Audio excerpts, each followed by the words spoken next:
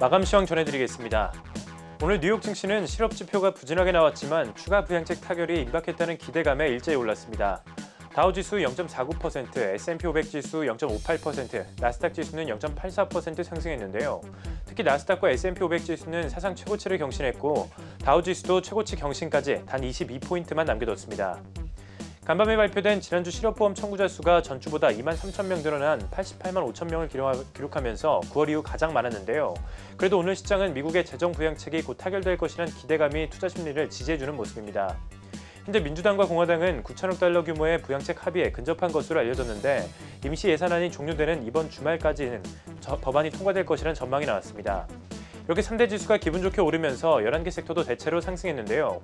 에너지와 커뮤니케이션 섹터만 하락한 가운데 부동산과 자재, 헬스케어 섹터가 1% 넘게 오르면서 오늘장 상승을 주도했습니다. 오늘 빵주는 혼조세를 보였습니다. 넷플릭스와 애플만 상승 마감한 가운데 구글은 텍사스를 비롯한 10개 주에서 또다시 반독점 소송을 제기했다는 소식에 0.95% 하락했는데요. 10월 이후 벌써 세 번째 겪는 반독점 소송입니다. 이어서 오늘장 특징주 살펴보겠습니다. 전기차 회사들의 주가는 혼조세를 보였는데요. 테슬라는 다음 주 S&P 500 지수 편입을 앞두고 매수세가 유입되면서 5.3% 올랐고 이유는 지난주 부진을 딛고 3% 가까이 상승했습니다. 또한 GM과의 협업 무산으로 이번 달 내내 부진했던 니콜라도 1.3% 올랐는데요. 반면 중국 전기차 대표 샤오펑과 리오토는 2%가량 하락했습니다. 스트리밍 회사 로쿠는 자사의 플랫폼에 HBO Max를 제공할 것이라고 발표하면서 1.1% 상승했습니다.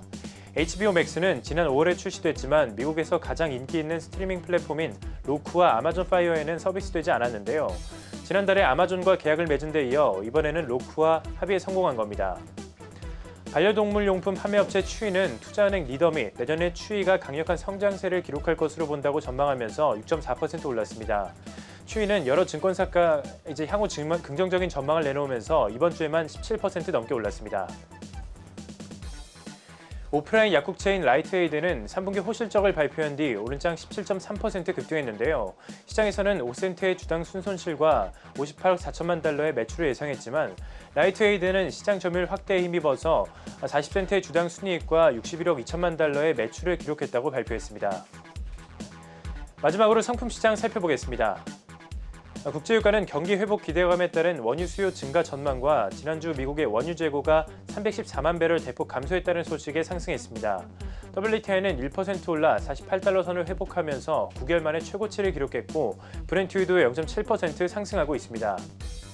달러화는 미국 재정 부양책의 타결이 임박했다는 기대감이 나오면서 2년 반 만에 최저 수준까지 떨어졌습니다. 달러 인덱스는 전장보다 0.5% 하락한 89.86포인트에 거래되면서 90포인트 선이 무너졌습니다. 금 가격은 추가 부양책 협상 진전 기대감에 달러가 최저 수준까지 떨어진 여파로 상승했는데요.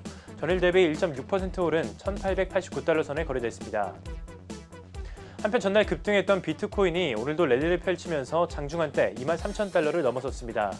CNBC에 따르면 코로나19 사태에 따른 전 세계 대규모 부양 속에서 기관 투자가들이 위험 분산을 위해 비트코인에 몰려들었다고 상승 이유를 설명했습니다.